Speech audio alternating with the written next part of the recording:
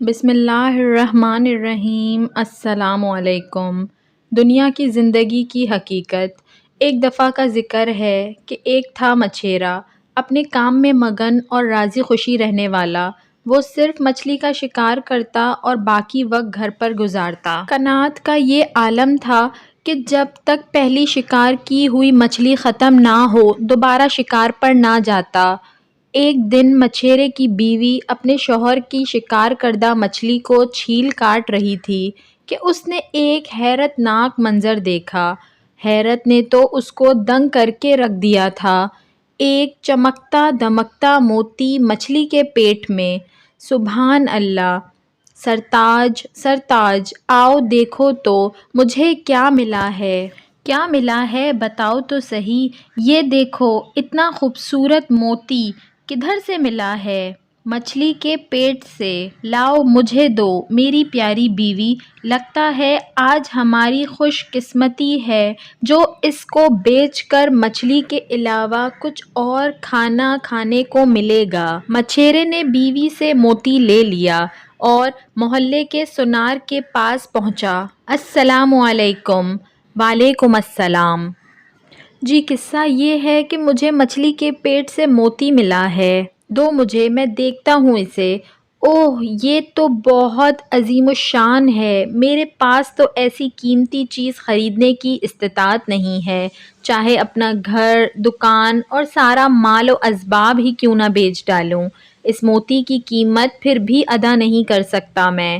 تم ایسا کرو، ساتھ والے شہر کے سب سے بڑے سونار کے پاس چلے جاؤ، ہو سکتا ہے کہ وہ اس کی قیمت ادا کر سکے۔ جاؤ، اللہ تیرا حامی و ناصر ہو۔ مچھیرا موتی لے کر ساتھ والے شہر کے سب سے امیر کبیر سونار کے پاس پہنچا اور اسے سارا قصہ کہہ سنایا۔ مجھے بھی تو دکھاؤ، میں دیکھتا ہوں ایسی کیا خاص چیز مل گئی ہے تمہیں۔ اللہ اللہ، پروردگار کی قسم ہے بھائی، میرے پاس اس کو خریدنے کی حیثیت نہیں ہے، لیکن میرے پاس اس کا ایک حل ہے۔ تم شہر کے والی کے پاس چلے جاؤ، لگتا ہے ایسا موتی خریدنے کی اس کے پاس ضرور حیثیت ہوگی۔ مدد کرنے کا شکریہ، میں چلتا ہوں والی شہر کے پاس۔ اور اب شہر کے والی کے دروازے پر ہمارا یہ مچھیرا دوست ٹھہرا ہوا ہے، اپنی قیمتی متاع کے ساتھ محل میں داخلے کی اجازت کا منتظر۔ اور اب شہر کے والی کے دربار میں اس کے سامنے، میرے آقا، یہ ہے میرا قصہ اور یہ رہا وہ موتی جو مجھے مچھلی کے پیٹ سے ملا ہے۔ اللہ اللہ، کیا عظیم المثال چیز ملی ہے تمہیں، میں تو گویا ایسی چیز دیکھنے کی حسرت میں ہی تھا، لیکن کیسے اس کی قیمت کا شمار کروں؟ ایک حل ہے میرے پاس، تم میرے خزانے میں چلے جاؤ، ادھر تمہیں 6 گھنٹے گزارنے کی اجازت ہوگی، جس قدر مال و متاع لے سکتے ہو لے لینا، شاید اس طرح موتی کی کچھ قیمت مجھ سے ادا ہو پائے گی۔ آقا، 6 گھنٹے؟ مجھ جیسے مفلوک الحال مچھیرے کے لیے تو 2 گھنٹے بھی کافی ہیں۔ نہیں، 6 گھنٹے، جو چاہو اس دوران خزانے سے لے سکتے ہو، اجازت ہے تمہیں۔ ہمارا یہ مچھیرا دوست والی شہر کے خزانے میں داخل ہو کر دنگ ہی رہ گیا۔ بہت بڑا اور عظیم الشان ہال کمرہ، سلیقے سے 3 اقسام اور حصوں میں بٹا ہوا۔ ایک قسم ہیرے جواہرات اور سونے کے زیورات سے بھری ہوئی تھی، ایک قسم ریشمی پردوں سے مزین اور نرم و نازک راحت بخش مخملی بستروں سے آراستہ، اور آخری قسم کھانے پینے کی ہر اس شے سے آراستہ جس کو دیکھ کر منہ میں پانی آ جائے۔ مچھیرے نے اپنے آپ سے کہا، 6 گھنٹے؟ مجھ جیسے غریب مچھیرے کے لیے تو بہت ہی زیادہ مہلت ہے یہ، کیا کروں گا میں ان 6 گھنٹوں میں آخر؟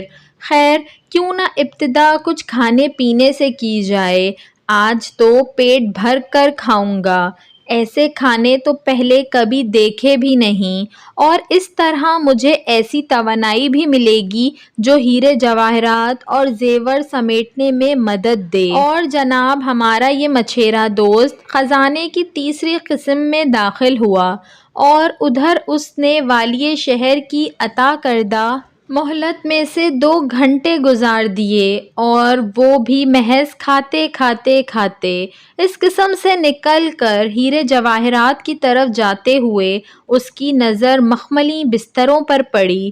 اس نے اپنے آپ سے کہا، آج تو پیٹ بھر کر کھایا ہے، کیا بگڑ جائے گا اگر تھوڑا آرام کر لیا جائے تو؟ اس طرح مال و متاع جمع کرنے میں بھی مزہ آئے گا۔ ایسے پرتعیش بستروں پر سونے کا موقع بھی تو بار بار نہیں ملے گا، اور موقع کیوں گنوایا جائے؟ مچھیرے نے بستر پر سر رکھا اور بس، پھر وہ گہری سے گہری نیند میں ڈوبتا چلا گیا۔ اٹھ اٹھ اے احمق مچھیرے، تجھے دی ہوئی مہلت ختم ہو چکی۔ ہائے، وہ کیسے؟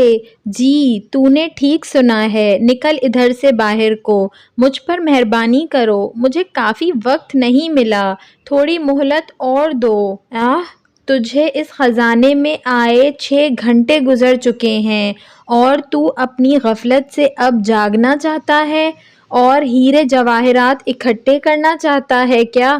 تجھے تو یہ سارا خزانہ سمیٹ لینے کے لیے کافی وقت دیا گیا تھا تاکہ جب ادھر سے باہر نکل کر جاتا تو ایسا بلکہ اس سے بھی بہتر کھانا خرید پاتا اور اس جیسے بلکہ اس سے بھی بہتر آسائش والے بستر بنواتا، لیکن تو احمق نکلا کہ غفلت میں پڑ گیا۔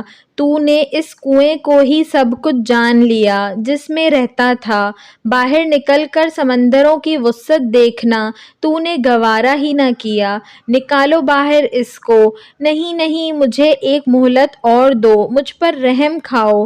یہ قصہ تو ادھر ختم ہو گیا ہے، لیکن عبرت حاصل کرنے والی بات ابھی ختم نہیں ہوئی۔ اس قیمتی موتی کو پہچانا ہے آپ لوگوں نے؟ وہ تمہاری روح ہے، اے ابن آدم، اے ضعیف مخلوق۔ یہ ایسی قیمتی چیز ہے جس کی قیمت کا ادراک بھی نہیں کیا جا سکتا۔ اچھا، اس خزانے کے بارے میں سوچا ہے کہ وہ کیا چیز ہے؟ جی ہاں، وہ دنیا ہے۔ اس کی عظمت کو دیکھ دیکھ کر اس کے حصول کے لیے ہم کیسے مگن ہیں۔ اس خزانے میں رکھے گئے ہیرے جواہرات وہ تیرے اعمال صالح ہیں، اور وہ پرتعیش و پرآسائش بستر وہ تیری غفلت ہیں، اور وہ کھانا پینا وہ شہوات ہیں۔ اور اب اے مچھلی کا شکار کرنے والے دوست، اب بھی وقت ہے کہ نیند غفلت سے جاگ جا اور چھوڑ دے اس پرتعیش اور آرام دہ بستر کو، اور جمع کرنا شروع کر دے ان ہیروں اور جواہرات کو جو کہ تیری دسترس میں ہی ہیں، اس سے قبل کہ تجھے دی گئی 6 گھنٹوں کی مہلت ختم ہو جائے۔ تجھے محض حسرت ہی رہ جائے گی۔ خزانے پر مامور سپاہیوں نے تو تجھے ذرا سی بھی اور زیادہ فرصت نہیں دینی اور تجھے ان نعمتوں سے باہر نکال دینا ہے جن میں تو رہ رہا ہے۔ ویڈیو پسند آئی ہو تو اس کو ضرور لائک کریے گا، اور ایسی مزید اچھی ویڈیوز دیکھنے کے لیے میرے چینل اردو کہانی گھر کو سبسکرائب کر لیجئے۔ Thanks for watching. اللہ حافظ۔